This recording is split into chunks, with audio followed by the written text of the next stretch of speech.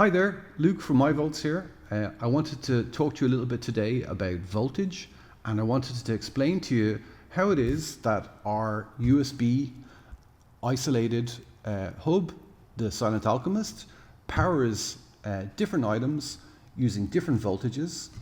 And I want to bring you right back to what we first thought about when we made this product, because it's tied up with something called Step Up, which is a little adapter that we make that fits on the end of a USB cable. And I've got a phone charging here. You can see this phone is charging from the Silent Alchemist. The USB cable is coming in here, and an interesting thing is happening here. If you look at the very top here, you see the voltage that is coming across. Now, you guys probably know that 5 volts is the standard voltage for USB, but it's reading 9 volts here. And why is that? The thing is that phones decided that in order to charge faster, they'd have to develop other systems and ways of communicating with power hubs or power banks or any other USB port to try and keep a way of allowing for higher voltages to be used so they could be charged faster. So in this case, you can see, like I said, we've gone from 5 volts up to 9 volts. And you might, if you're eagle-eyed as well, see that on this little LCD display, you've got a few numbers there. So you've got the number 5, which is telling you how many watts is coming across, and a little W to indicate that. There's also a little symbol called that says PD. So that's the power delivery standard. So what we thought about at myVolts was we thought, okay, well, if cables are smart in this way, once they have a smart hub attached, maybe we could make a little thing which tells the other end of the cable what voltage they should take. So if you take, for example, this little step up here, this has a 6 volt positive connection, okay, positive polarity.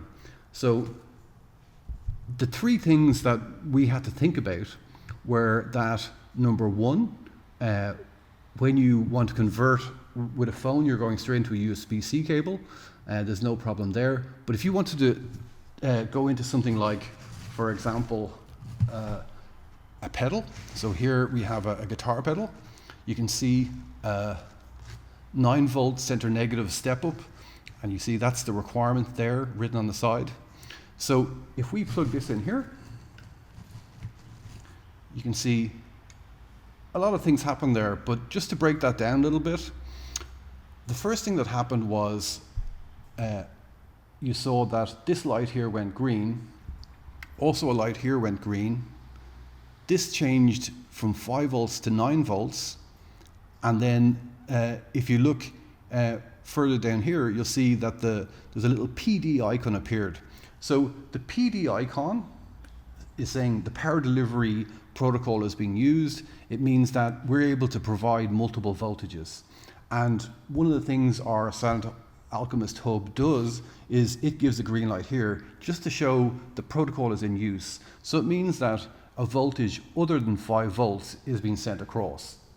So that means that you can get whatever you want. So in this case, we've got a pedal. You can see that's working away there, okay? But it could be the case, for example, that you have a 12 volt device. And if you wanted to power that, you would use this particular step up. So when I plug that in there, you see that the power changes to 12 volts. Within that, there's different polarities. This is also 12 volts, but it's a 12 volt center negative. So the polarity comes on the center part. I've also got I've got 5 volts here. Here's a 20 volts. So I can take that up.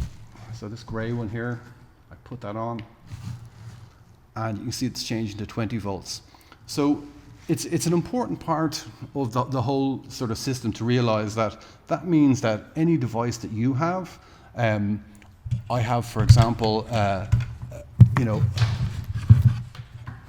an electron Digitakt here. You can see this takes a 12 volt power supply.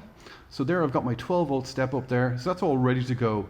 It means that what was a barrel connection has now been converted to something that now requires just USB.